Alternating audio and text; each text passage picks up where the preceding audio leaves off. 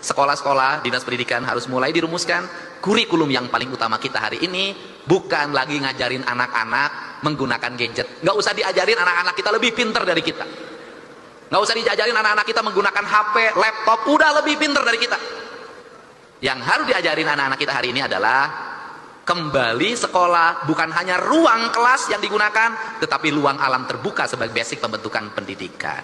Jadi kalau ada satu hari, saya harapkan nanti Ketua Kuarda Jawa Barat, kalau ada satu hari anak-anak pakai pramuka di sekolah, terutama SD dan SMP dan SMA, SMK, saya harapkan di baju pramuka itu mereka tidak di dalam kelas, tapi mereka berada di luar kelas, membersihkan sungai, menanam pohon, kemudian belajar memasak di alam terbuka. Dia memahami lingkungan. Kenapa? Anak-anak kita hari ini nggak bisa lagi masak sayur asem, tidak bisa nyambel, tidak bisa nyangu, tidak bisa ngaliwet. Anak-anak karena tidak bisa fast food, go food.